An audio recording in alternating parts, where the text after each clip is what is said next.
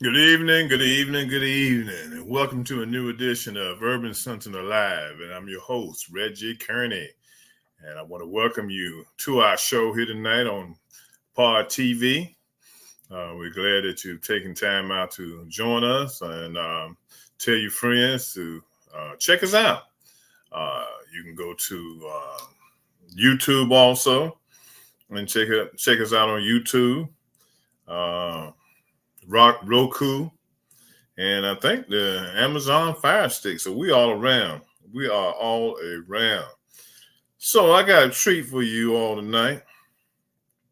Last couple of shows we did, not last week, but a couple of weeks before that, we did some shows focused on um, a book, authors conference, and some authors. And we're going to continue that trend tonight. And I got a great author out of New York City. Man, this man done written so many books, boy. He's about to run a big ink pen company out of business and gonna probably run keyboard companies out of business. You know, he's got some good stuff. So we're gonna sit around and chop it up with him for a while, get to know him and what he's doing and how you can support this dynamic author. So I want to bring on Keith Kareem Williams out of New York City. How you doing, everybody? Good night. Thanks for having me. Hey man, how you doing? I'm good. I'm good. I'm good. Yeah, Rodney, my boy, told me about you. He said, "Man, you got to talk to this guy." He said I appreciate that. he's turning it up. He's writing it up. So I'm glad to have you on the show tonight. And hoping that when we leave the show tonight, there'll be a number of people who have been inspired by you to, pursue their dreams of being an author. Yeah. You definitely got a great resume. Thank you. You've written a lot of books and everything, so I really like that. Now, so tell the audience a little something about yourself, Keith. All right. Well, I'm your wonderful intro. Let them know. Born and raised here in New York City. I've been a full-time author since 2010. When I released my second book, I quit my job. Never looked back. Been writing like a madman since. During that time, I raised my son and my daughter. So, it was a little tricky juggling the single dad thing plus writing, but, it's one of the best decisions I made. It gave me more time to be around because now I control my time more so than how I was employed before. So that's pretty much where my first book was 2004. But when I released the second, I said, man, it's now or never. Like I'm going to jump out the window. I jumped out on faith. And so far it's worked out. It's worked out so far. That's what it tells. Faith without works is dead, So I mean, jumping out there like that, there's nothing wrong with that, man. Nothing wrong with, getting yourself out there. Well, let me ask you this question. What pushed you into wanting to become an author and a writer? I always would win essay contests, writing contests, poetry contests, but I never really considered it as a career path until in college I took a fiction workshop. And for that time I had moved, I moved out of my mom's place. I'm in my own place. I worked 2 jobs to pay for college. And my professor read some of my work and he said to me, "You pay for school?" I was like, "Yeah, I'm about to leave here and go to one of my 2 jobs." And he said, "You shouldn't be paying for school." Right. So after that workshop, other classmates that I had, that professor, they kept applying pressure like, when are you going to finish that book? When are you going to finish that book? And so, I wrote the first book. And that year in 2004, right after my daughter was born, I took my whole income tax return and I just bought copies. Mm-hmm. And now I'm sitting down in the house with this box of books and I have no idea how to sell them, how to move them, what to do with them. And my younger brother came and he said, "I got you." And within a week, all the boxes was gone. He went to the barber shop, the gas station, everywhere. to people that we knew and people we didn't know. Mm-hmm. And then the feedback started coming in, right? People started contacting me. When is the next book? Wow, this is the best book I ever read, and so on and so forth. And so it planted the seed back then. But then life started lifing, Mm-hmm. right? And so that's why you have that big gap between 2004 and 2010. And I always tell people, like, listen, things are gonna happen that will take away from maybe your dream, your passion, what you want to do. Just don't give up on it, Mm-hmm. right? So now fast forward to 2010, and I was tinkering with my second book for a while. Because when your first book does well, now there's pressure. Because you can't come out with you have to match that with the second one. So I took my time, and then when it was finished, where I was in life, I said, this is the time to take a chance now. If I try it and it doesn't work, I'll go back to get a regular job. But if it works, I'll never look back. And Now, so, hold that thought for 1 second. Now, how old were your children then at that time? my kids had to be 8, 6, 7, 8-ish, elementary Ooh, school age. okay. Elementary. And one of the things that made me quit my job is I was waiting to go to a meeting for my company, right? Mm-hmm. I'm sitting in my car because I like to be early. So I'm there early, and I see a man walking his daughter to school. Mm-hmm. And I said, wow, I didn't even get to tell my kids, have a good day. Because I had to leave so early that they were asleep by my aunt. I take them by my aunt and Mm-hmm. leave them there. And I'm like, you know what? I want that life.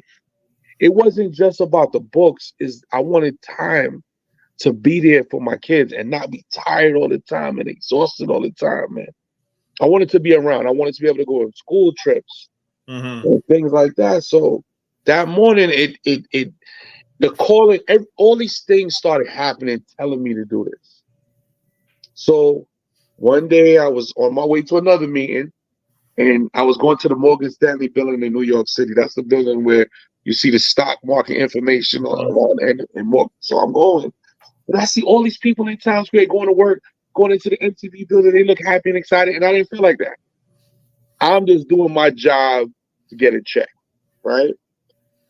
So that time, they had you had the Blackberries with a popular phone. Mm-hmm. So the company Blackberry, I took it out on my way. I typed my 2 weeks resignation, CC'd all the owners for the company, all the other managers, and right before I went into the meeting, I hit send. And that was it. They tried to talk me out of it. Keith, you sure the economy is bad? And I looked at my boss and I said, well, I'm from Brownsville, Brooklyn, right? I know how to do a lot with a little. That's how I grew up. I'll Mm-hmm. be all right. I'm not scared of it. Because sometimes when you're pursuing a goal or a dream, it requires sacrifice. You may have to give up some of the luxuries that you're used to. I gave up my car. I gave up the consistent, steady salary. Mm-hmm. And now I stepped into the unknown. So I took couple steps back, but I'm glad that I did. Mm-hmm. Yeah. So, okay. So you leave the company, you Hmm. leave a good paying job to Yeah. do a career as a writer. Yeah. Okay. So how long after that was it when you put out your next book, your second book?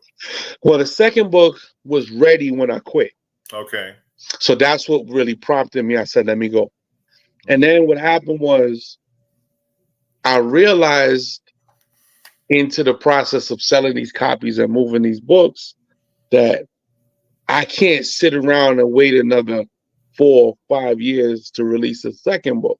Mm-hmm. And also, now that I'm a full-time writer, I don't have the excuse of I don't have time, right? So actually, I feel like, and I still feel like, I work more now than when I had my job. Mm-hmm. Because when I used to get off of work, sometimes you get off of your job and you just want to take a break and you get to relax. I'm Right. never relaxing. Mm-hmm. I'm always working, but it was worth it. So yeah, right after that, that's when I started to become more of a prolific writer. I Mm-hmm. got out of my own head. And once I started building up a readership and an audience, their demands prompted me to write more. Mm-hmm. Keith, when is the next book? We need more. When is the next book? When is the next book? So after that, I developed my system is kind of chaotic still, but Mm-hmm. I'm usually working on about at least 3 projects at the same time. Okay. So I'm Okay. not I'm not really a fast writer, but Mm-hmm. what it is some of the books that I may come out with, say this year, I've been working on those for years. Yeah, okay. It's just that I'm just consistent. Mm-hmm. Mm-hmm. Yeah. Mm-hmm. So how did it feel when you got your first check from the second book you wrote, being out on your own? Well, the second book, because I've always been independent, Mm-hmm. so I had to go out, buy copies. That's what I do with my last paycheck. Oh, I okay. just bought books. Because now that forces me. There's no fallback. You know, now all I have is books that I need to turn into money. Otherwise, I'm in trouble. Right. So I took my little table, went out in the street, set up my table, and just started selling books.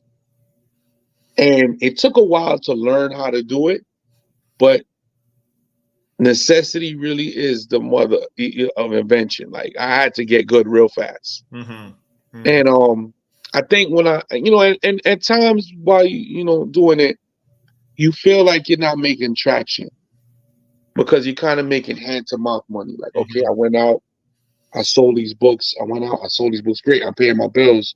But within the industry, am I making noise? Am I being recognized? Mm-hmm.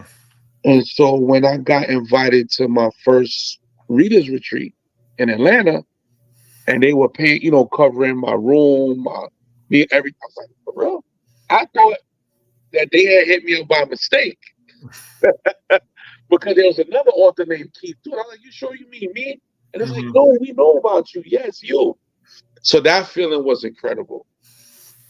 To meet people who read your work that you don't even know that they've read it, but then they sit down and they could tell you just as much about your book as you know about it. Mm-hmm. That's an amazing feeling. That's an amazing feeling. How did they get hooked up? How did they get turned on to you? One reader read my second book, which is titled Open Spaces. Mm-hmm. She loved it so much, she just kept spreading the word and talking about it and talking about it. And then they said, no, we have to get him here. And why I was so honored is that novel is not typically their genre, I would say, Mm-hmm. but they still loved it. And since then, I write in many different genres, and they love all of it. And I take pride in that in my versatility Mm-hmm. and being able to take you out of your comfort zone as a reader, but still have you loving a book and maybe even exploring other authors in that genre. Mm-hmm. Yeah. Okay, good, good, good, Yeah. good, good.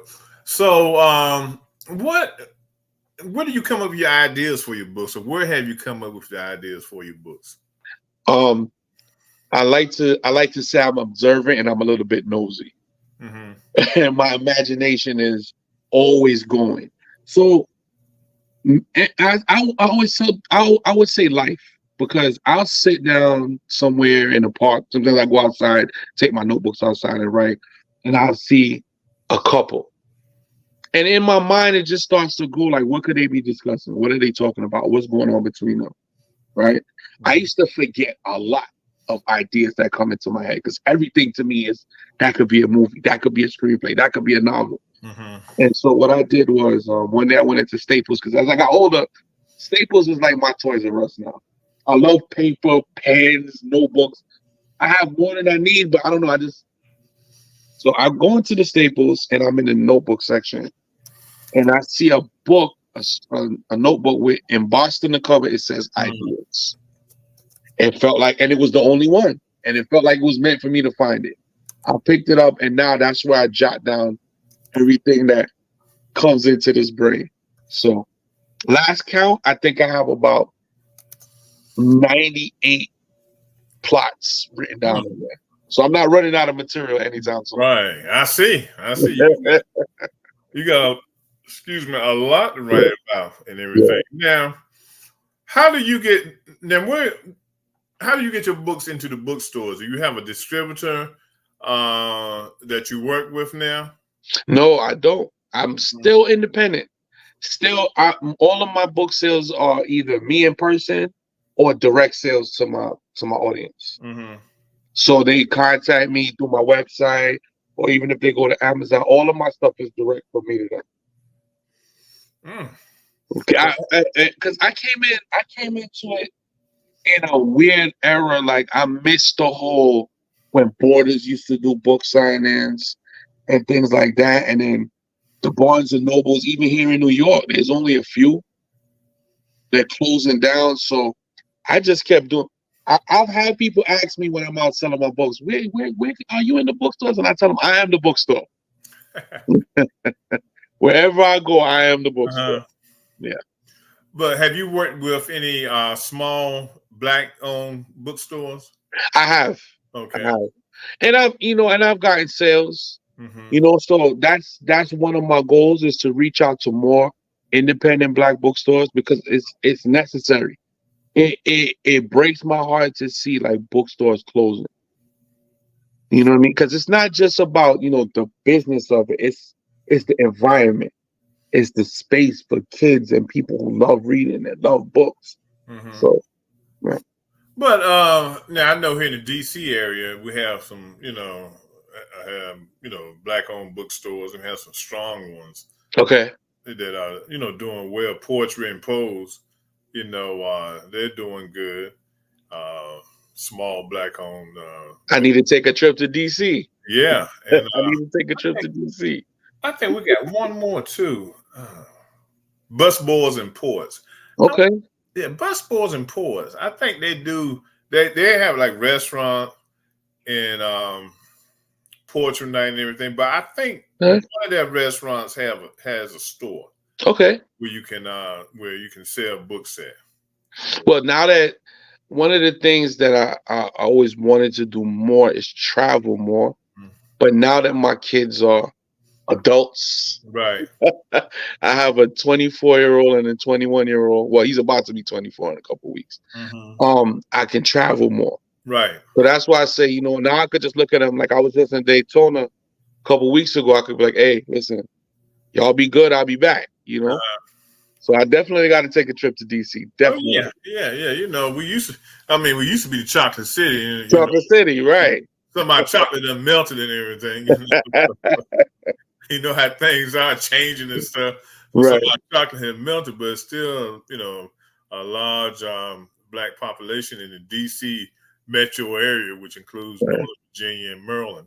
Right. Okay. So you definitely got to come down and check it out, man. Yeah, man. Oh, now with your so you do a lot of your sales on online.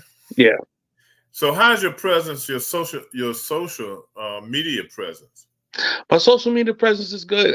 I tell, I've had author friends tell me I don't want to mess with this one and I don't want to bother with that. And I'm saying to them, listen, these things are a tool, right? They're available for you to get eyes on what you're doing. Mm-hmm. So every single one of them that pops up, I give it a try. Mm-hmm. And I've gotten readers on every single one. Mm-hmm. So it's really important. I get it where some people say I don't have the time, but you don't have to spend a lot of time.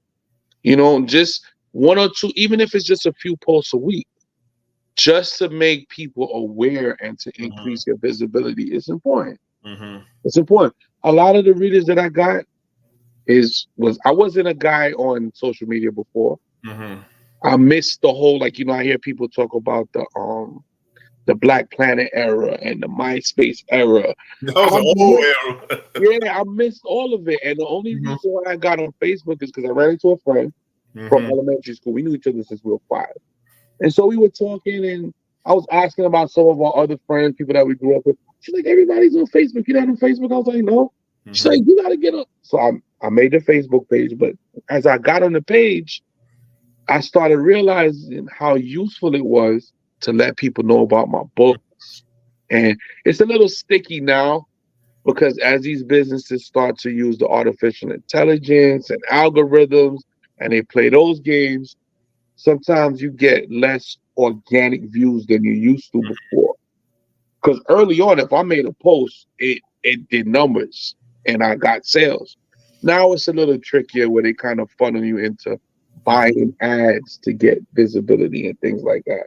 So I'm still trying to navigate these changes that they've made, you know. Okay, good, good.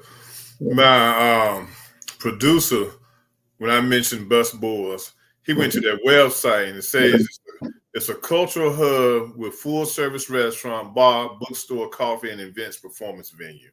And Mm, they have a number of them in the DC area. okay. I think they have like three. They might have like two, three, at least two in DC. I think it's one in Maryland and one in Virginia. Okay. You know, and Yeah. so I definitely got to come out because one of the yeah. things that I encourage authors to do also is you don't have to wait for book events. Mm-hmm. Have your own intimate book signings where people come, they get to spend time with you. The restaurants and the venues, depending on the venue, they're open to doing that because you're bringing people into their venue. Mm-hmm. So that's always a great thing to do. The best place to have a book signing is at Walmart. You know, right? Where them folks be, where them folks be falling up in there on weekends and stuff. Yeah, That's the best place. Boy, look, yeah, go to Walmart tour. yeah. I remember when early on when I started, I went to a local bookstore here in New York in Brooklyn. And I asked them to do a signing, and they was like, "No, well, I said, okay." They kind of gave me a runaround. Mm-hmm. So, as being as stubborn as I am to prove a point, what I did was I set my table up on the same block as the bookstore, Mm-hmm. and the workers from the store kept saying, "This guy." I kept selling books all day, and Mm-hmm. I told them, "I told y'all." You know what I mean? I get it. At the time, I'm not a Stephen King or a James Patterson, but I do know how to sell my books. Right, right. You know what I mean? I know how to do my thing. Yeah, I yeah. do my thing. Mark also wants to know: have you ever used, or have you thought about using Chat GPT in your books, using AI to do? Yeah, not to do an entire book, but I tell you what I have used it for. Mm-hmm. One of the worst things or one of the hardest things I have in terms of what I do is finishing a book and then writing a synopsis, writing a compelling synopsis because as the author, I have all these things I want to tell you. Mm-hmm. So but my synopsis would be 5 pages long. So what I've done is I've tinkered with it to make my synopsis less wordy, more Mm-hmm. precise, and it's still off. Like I'm not worried about AI writing a book Mm-hmm. better than me, because even when you get back the results, it's off. But what I will do is look at it and say, okay, I like this sentence, or that's an interesting way to phrase that, and I'll use that. Because I just out of curiosity, I asked it to do a synopsis on one of my published works. Mm-hmm. So I think what it did is scan through all of the reviews Mm-hmm. and spit back a synopsis. I'm like, that's interesting. Mm-hmm. But I don't use it. I wouldn't use it for my writing though. No. Mm-hmm. Yeah, it's something that's gonna happen, man. It's already happening. And look, we can't even get around it. Can't even get around it. You can't get around. You know what I've used the AI for though? I have used some of the sites where that could create images Mm-hmm. because I do covers as well. So it can't typically it won't give me a complete cover, but what I ask it to do is create elements of the cover that I need. And then I still got to do my thing and put it together and Right. use my design skills. But you're right, it's a tool. Mm-hmm. It's there. There's no getting around it. So you might as well figure out how you can use it to help your business, whether it be creating marketing material or whatever the case may be. So look, Mark the producer, he's down in North Carolina. I'm in Maryland. He's down in North Carolina, and he's responsible and he operates the Hayti Cultural Center. So Mm, you might want to run down to Durham, North Carolina sometime, hook up with him, and yeah, hang out at the Hayti Cultural Center for for the new sure. year. For sure. Hey, I will. That's one of that's another thing I wanted to say. Like Mhm.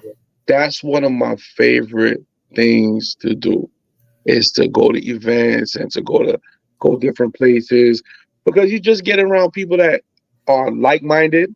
Mhm. And I spend so much time by myself in my own little world Mhm. that I love traveling and getting out and meet people. I would love to. I would love Right. to. You gotta That's hook that actually where up. I'm at today. So yeah, you can definitely come down here. We got artwork, we got poetry slams, we got a number of other things. Actually, my boss Angela Lee, no relation, is the one that runs this center. But I've definitely been involved here, and I'm a longtime employee, and definitely have a little bit of pull in this place. So we might have to get you to come down because we Yes. definitely had some book signers and definitely some authors that have come down here and even done some talkbacks and all along those lines. As a matter of fact, we just finished our annual film festival. So one of the Nice. questions that I asked was whether you had ever thought about having one of your books turned into a movie, and also what kind of style of writing do you do? Because I know in talking to Reggie, he was telling me that you do a little bit of everything. I'm going like, Yeah. I'm a big murder mystery fan. Does he do that, Yeah. or does he do science fiction? So, what are your different styles that you write, and what are your Okay. favorites? All right. Well, in terms of the first question, I have I've written a few screenplays, and I do plan to turn some of my novels into both screenplays, and some of them are more suited for extended series. So I have both. In terms of the genres, I have to. You know what? You just I have to do a murder mystery this year because I keep hearing a lot of readers telling me that they like murder mysteries. And that's probably the only genre I haven't tackled yet. I've done fantasy, paranormal, science fiction, erotica, romance, urban. So that is the drama I have to a genre I have to tackle, mystery. Yeah, before I turn it back over to Reggie and everything, one of Yeah, the other things I was curious about is you mentioned that you had left your job and everything, and I know a lot of people are afraid to step out, afraid to step out yeah, on faith and step out on luck and everything. And I know some other people that have used their office environment to keep their self on the straight and narrow and to keep the money yeah, rolling in and all yeah. along those lines. So I was just wondering, what advice would you give to folks that are wanting to jump out, whether it's being an author or being any form of entertainment? And do you still have to maintain other kind of jobs? Because I've got some friends that are like in the music lane and the Yeah. acting lane, and some of them are still working other jobs in order to Yeah. make ends meet. Yeah, you have to know what your situation is and know what you're willing to sacrifice, right? So at the end of the day, we still need to eat, right? And we still need to live. So I would say you have to tailor it and structure it and decide to yourself what you're willing to give up. Like with me, my job afforded me, I was able to drive a 530 BMW. I gave it up just because I'm like, well, if I'm going to go on this path, I want to take all my resources and invest in keeping a roof over my head, my kids fed, clothes on our back, and invest into building my career versus paying for this car. So I had to give the car up.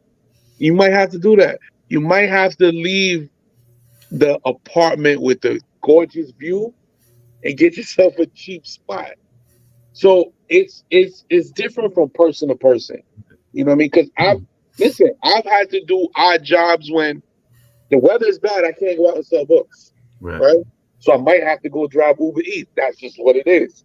So don't be so prideful that your life goes to shambles for the sake of your art. You still need to live. And if you're not providing for yourself or you find yourself in a horrible situation financially, guess what? It hurts your creativity too because you're stressed out. You know, you can't create music, you can't paint, you can't write with all that pressure on you. So if you can find a way to monetize your skill set, like I'll tell y'all right now, I sat down for years broke, barely getting by. It's this is not what I'm not, I didn't hit the jackpot. I had Right. Christmases where I couldn't buy gifts, right? I was broke, but what I didn't do is I didn't despair. I kept learning. Right. I kept picking up different skill sets. So like now, even if book sales are slow, I do a lot of freelance work. I ghostwrite. I take everything that I learned to put my own books together, and other people contract me and hire me to do that for them. So I'm fortunate in that I'm still in my lane, but I'm still doing what I love, even though it might not be my own work. If I'm ghostwriting a book for you, I'm putting the same passion in it as if it was my own book. So I'm still loving what I'm doing. So I would just tell people, listen, if it means you gotta wait tables while you want to become an actor, do that. Right. Do that. You know, only you know what your end goal is, Right. right? Sometimes you gotta. If your mom's got a basement, your parents got a basement. Hey, sometimes you gotta go live in that attic while you're building what you're building. So it's choices and what you're willing to sacrifice, but it always comes with a sacrifice. So you're gonna be ghostwriting Reggie's book. So I know you're gonna be ghostwriting Reggie's book when it comes Hey, out. I'm willing. I'm open to it. So Yeah, I got some ideas. I got some ideas. I just can't sit down, man. And get on the computer. I have a lot of clients like that, and so what I usually do is, either me or I have another friend Mm-hmm. that's a ghostwriter. She really put me on to the business side of it. Um, she or I will interview you, take notes, because I go just finished ghostwriting a book for a gentleman where his life experience is totally different from mine. Mm-hmm. I can't, in my real life relate to his life, Mm-hmm. but when I wrote chapters for him and sent them back based on her notes, what she took, I had him in tears. Like, how did you do? And I'm like, that's what I do. I take pride in that. You know what I mean? That's what I do. That's a good talent to have. A good talent to have, and everything. Now, um, how was the book fair? I call it book fair. I know Okay. y'all call it that down, hmm but how was the event down in Daytona, man? How was that? It was great. It was great because Donna M. Gray Banks is the lady who organizes it every year. Mm-hmm. And what I love about it is she connects. I don't know how she does it. It's like magic, right? It's the most amazing collection of creatives that I've been around, where our personalities match. It's like a reunion when you go back down, because I go every year. So I see some of the same faces every year. And also, not only is it about us sharing our talents, telling our stories, um, I've I've been on panels where I'm sharing my knowledge and my experience. You also connect with other creatives where you guys share information, ideas, and then through the course of the year, you do business together as well. So I love that event. I always have a great time down there, and Daytona's a beautiful city. But how long have you known Rodney? Rodney. Yonder. Yeah. Oh, Yonder. Yeah. I met in person for the first time in Daytona, Oh, okay. but we've been Facebook buddies for a while. Oh, For a okay. while now. Okay. Yeah. Yeah, he's a good guy. Yeah, he's a good guy. He's a good dude. He's a good guy. I've known him for years. Yeah. Years, Yeah. years. I know him through his books and his writing, so we kind of connected on Facebook, and Right. we always go back and forth. But this is the first time we met in person. Mm-hmm. Great guy, great guy. I wish I had more time to hang out with him. He's Yeah. fun. He's I fun. told Donna too. I'm coming down next year. Yeah, To you should. push my magazine and to Yes, pick up some interview some people down there and stuff. yes, should. Definitely going to do that next year. Yeah. And Definitely. make sure when you go, make sure that you get there on the Thursday. Mm-hmm. Go to the film festival too. Mm-hmm. Some amazing talent every year at that Yeah. film Yeah. festival. There's a whole lot of talent out there now. Yeah, We got some stuff. We just haven't had an opportunity and the monetary funds to that's right. dreams. That's right. That's what I love about Mm-hmm. going to the events, because there are so many stories, our stories to tell, Mm-hmm. that haven't had a chance. They haven't had a chance to shine. And if you pay attention to Hollywood or mainstream, Mm-hmm. You think that there's only maybe one or two or a handful at a time. No, the talent that I see, Mm-hmm. man, it's almost like it's oil or diamonds right there. If Mm-hmm. they just dig a little further, you know. So I love any platform, event, Mm-hmm. event space that gives these people an opportunity to shine and showcase Mm-hmm. what they're doing. Yeah. Now you say you do your work independently. Yes. So when you do your work as an independent, you Hmm. have to find a publisher. You have to iron all the details out of getting your book printed. Correct? Yes.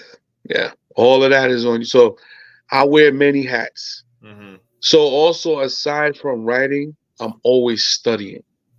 But I tell other authors or anybody doing anything, this is a beautiful time to be alive because before you really had to either go to school to become an expert in it Mm-hmm.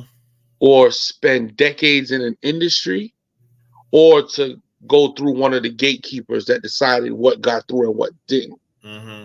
With all the information that's available to us now, there's no reason why you can't do anything independently. Mm-hmm. From movies to books to music, all the resources are there.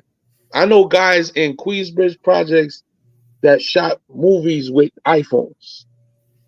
You know what I mean? Mm-hmm. So, and if you want to know how to do anything, the information is there. You Mm-hmm. don't even have to.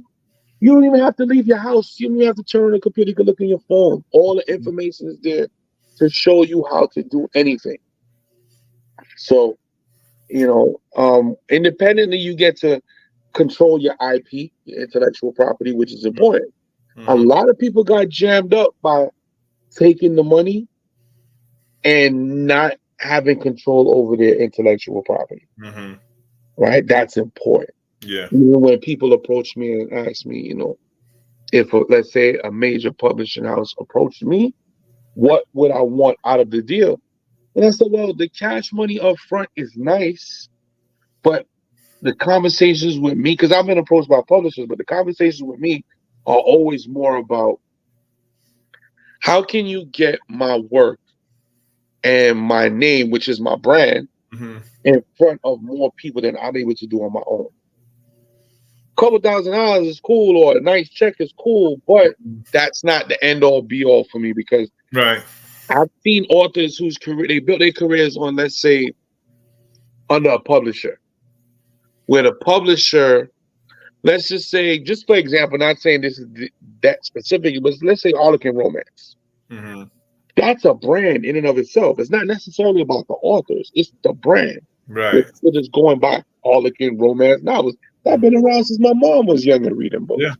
But if you don't establish your name as an author, when you stop working for them, now you have to start all over again. Mm-hmm. And you might have put in 10, 15 years. So in this era that we live in, your name is important. Right. Yeah, it's important. Mm-hmm. Mm-hmm. Yeah. So what do your kids think of Dad and all his writings? You It know, was now they're a little bit more used to it, but when they were kids, it was kind of more awesome because I would go to I would go to a parent teachers night or go to the school and I walk into the school. They treat me like a rock star, the teachers. uh-huh. Oh, you're Kai Kelly's dad. You're the author. You know what I mean? So that is great. And Uh-huh. they still brag to their friends a little bit. So they love what I do, and I think they get just as excited about it. Like on my last birthday, my son went and got me this amazing cake that looked like a book and a pen and a cigar. And all the gifts that my daughter give me pertains to because she know I'll appreciate that more. Right. I'm the type of guy, man, I'd rather get a nice pen than a watch. Mm-hmm. That's how I am. So yeah, they love it. They love it. And my son, who didn't like to read growing up, he actually put out his first book a couple Oh, years ago. I oh. couldn't believe it because I used to have to force him. Uh-huh. So when he came to me and said, "Dad, I want you to check this out," I said, "Okay." I didn't know what it was because Uh-huh. he's more of an artist. So I'm thinking his artwork. He's going to say, Mhm. "Okay, this is his first novel." So I edited it. I showed him how to put it out independently, and he's been doing his thing since. Also, Okay, good. Now look. So over the last probably 10, 15 years, seems like everybody been writing a book. Right. I mean, everyone has been writing. Everyone. Right. Do you is the quality there? Are they going through the processes of having people to proofread their book and really work with them, or they just Mhm. sit down at a computer and just jotting down page and page of bad English and all this kind Yeah. I think the accessibility, right, and the way it's easier for anybody to just do it. Um, there are a lot of bad books, of? Hmm. right? And I also think there's a little bit of a difference between, not to create like a caste system or to sound bougie, Hmm. but there's a difference between a book hustler and an author who Hmm. takes the craft seriously, Okay. right? I kind of define a book hustler as somebody who, excuse me, kind of like just slap something together, put it out there, get a couple dollars, Hmm. versus someone who is passionate about writing, passionate about telling stories. And there's a difference, but the thing with that is, um, the talented folks and the people who take it serious, they always outlast the other folks. Hmm.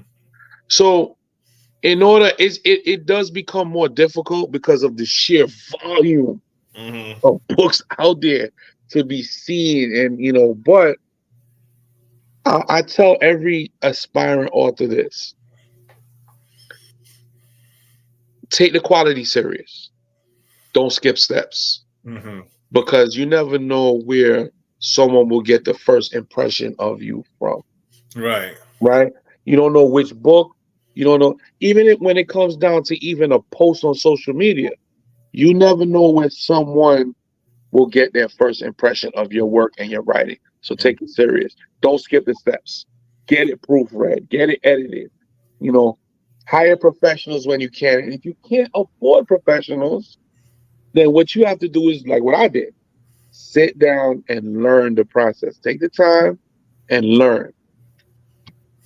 Yeah. Hey, Reggie and Keith, I was listening to y'all while I was doing some stuff over here Mhm. at the HI Center and everything. But part of what I was curious about is who is your hardest critic? Because I know that my dad, who used to be a English professor, that Mhm. literally he has been a, sometimes I tease him because he can be one of those people that'll let me know if I have written something even in social media that is not Right. grammatically correct. So he will jump on my case and be like, Right. you know, Mark, you were not supposed to end that word with at and all of Right. those. You definitely be a sharp critic. So I was just wondering, in your life, who is your sharpest critic and all in that space? One of I know I'm up there in the top 10. I overthink, right? I sit down, I pine over it. I have a long drawn out process because I'm such a perfectionist.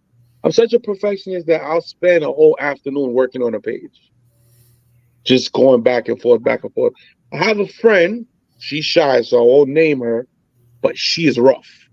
Like, I've sent her books and she'll say, "Well, it's good," but she'll critique the most important aspects of it for it to work. Where she'll let me know that the story is good, but that beginning you have to do something, or that ending is that ain't it.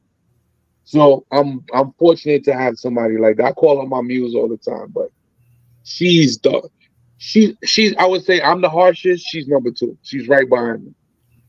Yeah. That's good. That's good. So you could probably write a book in a year and spend another year critiquing and going back and through it, right? Yeah, because like how my process works now is I write mostly by hand first. Hmm. Then, as I take my handwritten material and I type it, I'm also editing it at the same time, changing how it sounds and fixing little things that I missed and so on and so forth. Then I'll print it out, the whole thing, and get busy with a red pen and start adding details and changing things and moving scenes around just to make sure that, that's why my readers fly through my books, because I have a way of, in one chapter, taking you up, and then right when you caught up in it, Hmm. I'll switch up. So now you get caught up in it and I have a way I do it. And then even after I print it, write it up with the red pen, now I go back and I make changes.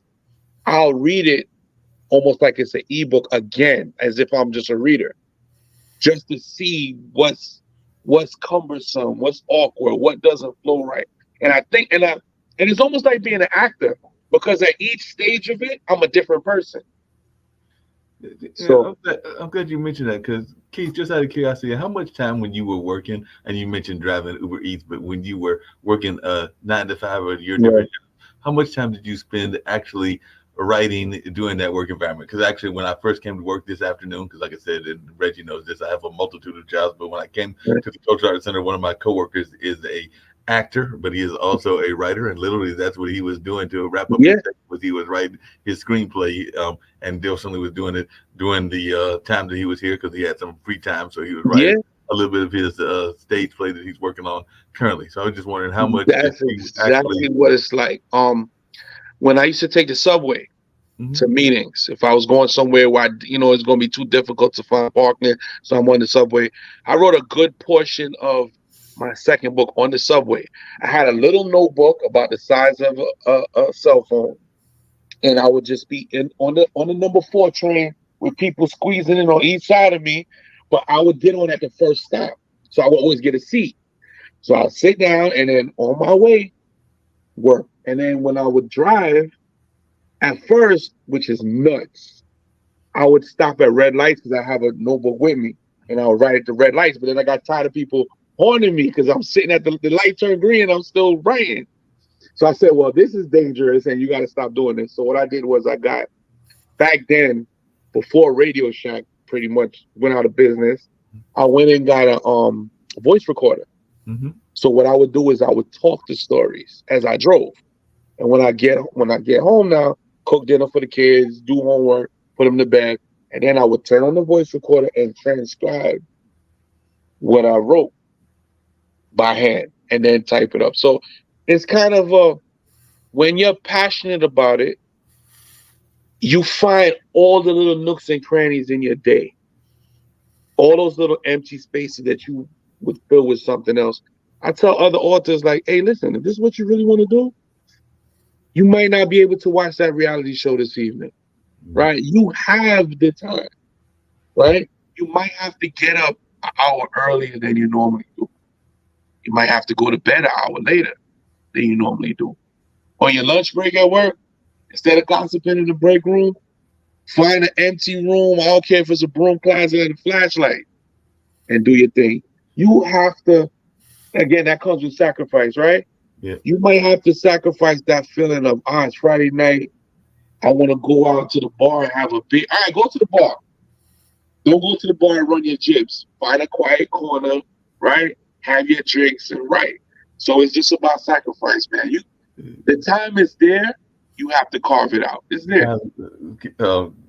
Keith, the reason I was laughing is because as you were saying that, I literally remembered a friend of mine, and we've lost touch, but he was in Atlanta. He went into Atlanta. It was actually another friend that was a playwright and also into the acting. And I literally remember traveling with him because, like I said, I get around by mass transit, and I remember him literally doing what you just did. He Yeah, stopped the car and he said, Mark, I got to take a break. I got to do this yeah, I got to do this voice recording. So he literally did a voice recording while we were going someplace. I don't even remember where we were going, but he stopped the car. He's yeah, like, Mark, I've got hit by inspiration, so I got to stop it right here and I yeah. got to put this down. Yep. Where there's a will, there's a way. Yeah. You'll find a way. You know what I mean? You will. Before I turn it back over to Reggie and everything, I do have to teach you about something and everything because I know a lot of times, and I'm guilty as well, that when we are in office environments, they can sometimes give us access to things that we may not have access to all the time and everything. So I was wondering, am I the only one who was guilty of that, or did you use the copier and the phone and other things for business purposes? Absolutely. Listen, when I wrote my first book, I had a night job. Uh-huh. I was the only one in the office. So I used to do the scheduling for the next day. I had to work for an ambulance company. So I had drivers out dispatching. I'm doing I do the medical billing. I do the scheduling. Listen, I got so good at my job that within, I would say, the first 40 minutes, I was done. And then you know what I did? I'm using the computer at work. Yep. Type my book, right? I used the copier to print out the pages. Absolutely. I miss those days when I had free pens and free notebooks. I got to go to Staples now. Yeah, exactly. You had access. I had Get access. back over to you, Red. You have to use everything available to you in your environment to get things done. You got to get creative. Don't just be creative with your pen and whatever you're creating.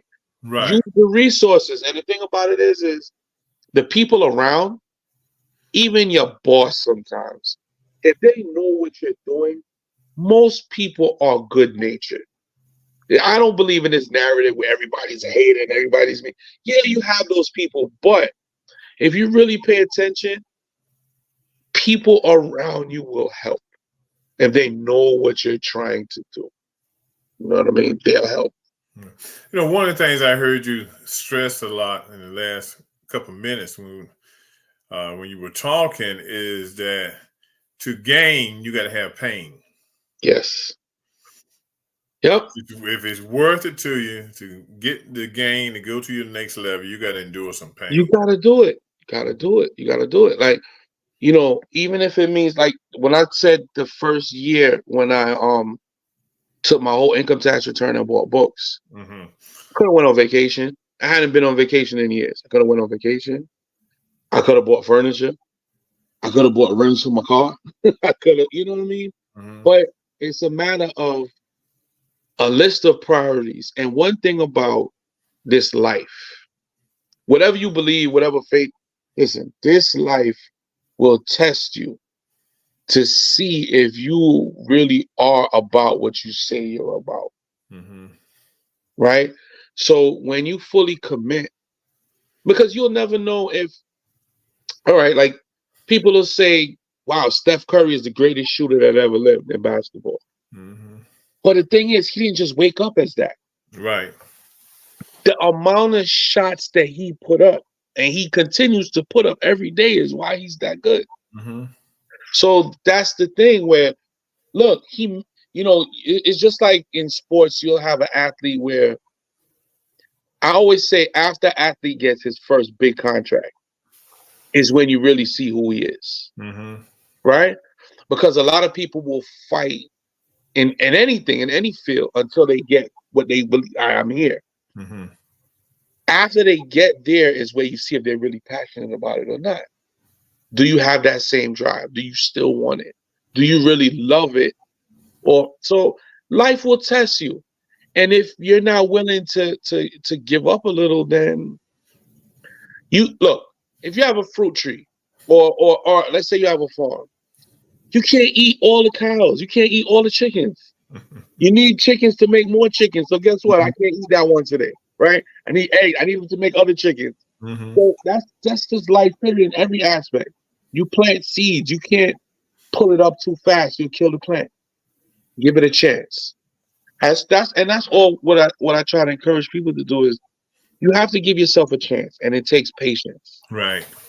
And another message that's really important is keep your eyes on your own paper. Meaning, don't watch. Maybe this person got it done in 6 months.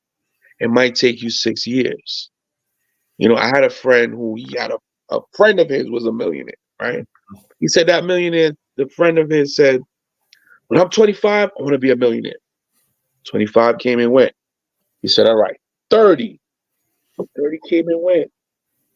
40. 40 came and went. That man didn't become a millionaire until he was about 64. And he said, you know what? All the same, better at 64 than never at all. Right? So things happen when it's time for it to happen for you. Mm-hmm. And that's all you got to focus on. Yeah. Yeah. I mean, and like what you said about your friend, Mm-hmm. age doesn't have nothing to do with it. No, You're gonna get that blessing when that time comes. that's right. Look, I look at things Mm-hmm. that have gone well for me, right? And I'm glad that it just happened now. Mm-hmm. Because when I was 22, You wouldn't be there. nah, I'd have been a mess. right? It will lead to disaster. Uh-huh. Things happen when things come to you when you're ready for it. Mm-hmm. So all these things that you do before you get the blessing is preparation. Yeah, yeah. It is. It is. And I mean, I even look at my life, and I'm 66, and I said, "Gosh, why couldn't I have done this when I was younger? But Mhm. it wasn't my time." It wasn't the time. Yeah, Wasn't the time. yeah. So I got some stuff in the fire. At my Right. age and everything, and I Right. feel good about it. But As you I do should. look. I do wish I had done it when I was younger.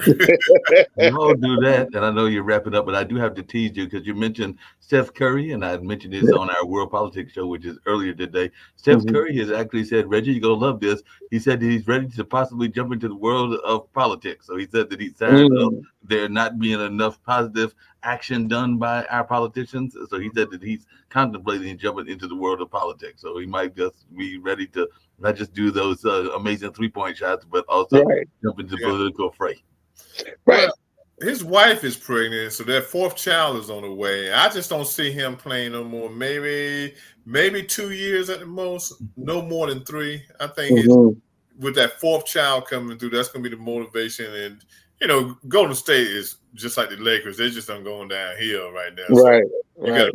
rebuild. So I doubt he wants to be around for 5 or 6 years trying to rebuild a team. Yeah, nah. And what I love about what he said in that statement is you don't have to be one thing, Right. Mm-mm. right? You don't have to be one thing, right? This life is people ask me sometimes like why I write in so many different genres. I say because I want to. It's just like music. I don't listen to just one type of music. Mhm. This world is a big, beautiful place. Yes, there's ugliness, but it is a wide, beautiful place. And I just feel like while I'm here, I'm gonna try to see and experience and observe as much of it as I can. You know what I mean? That's what As you much got as to I can. do. That's what you gotta do. Got to do. So, Keith, real It's, quick for the audience, mhm. tell them how they can get your books and how they can contact you, your Okay. book page, Instagram, whatever. Give it to them, All man. right. So yeah, all my books you can find on Amazon. Just Keith Kareem Williams on the books. All of them will pop up. The ones I've written, my collaborations with publishers and other authors, everything will come up.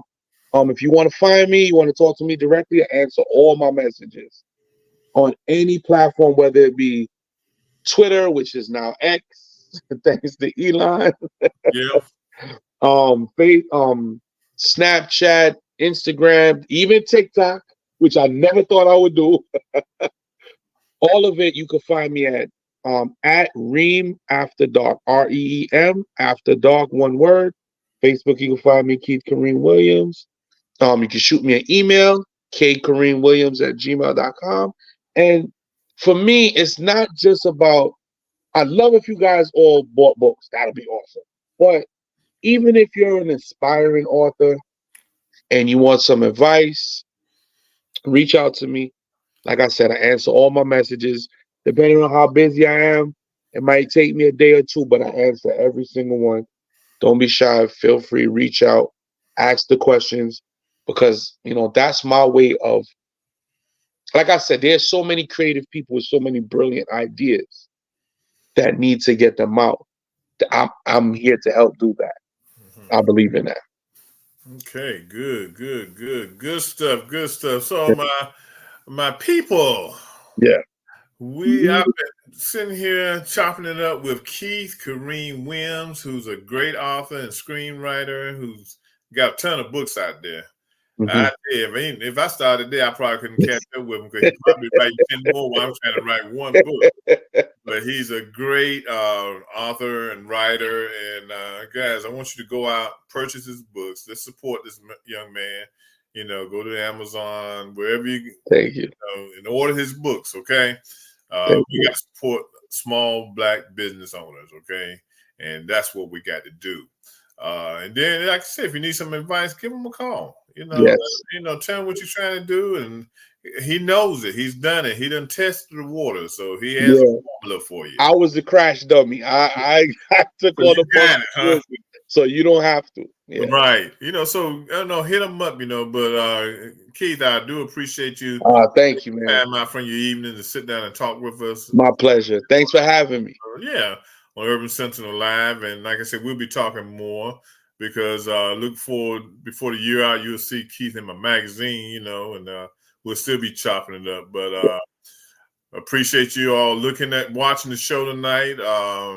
You can contact me if you just want some information or you got some suggestions for future shows. You can give me you can shoot me an email at Reginald.Kearney@MarylandDailyExaminer.com. You can hit me up on Instagram, the Urban Sentinel 2, and you can hit me up on Facebook, Reginald Kearney. Okay, Reginald Alpha Man Kearney. So you can find me. So again, until next week, everyone be safe out there. It's a tough world out here. Be safe. Yes. Just be safe. Okay, and have a good week. Keith, have a good week, man. You too, my brother. You too. Man. Appreciate you. You guys take care and good night from Urban Sentinel Live. Good night.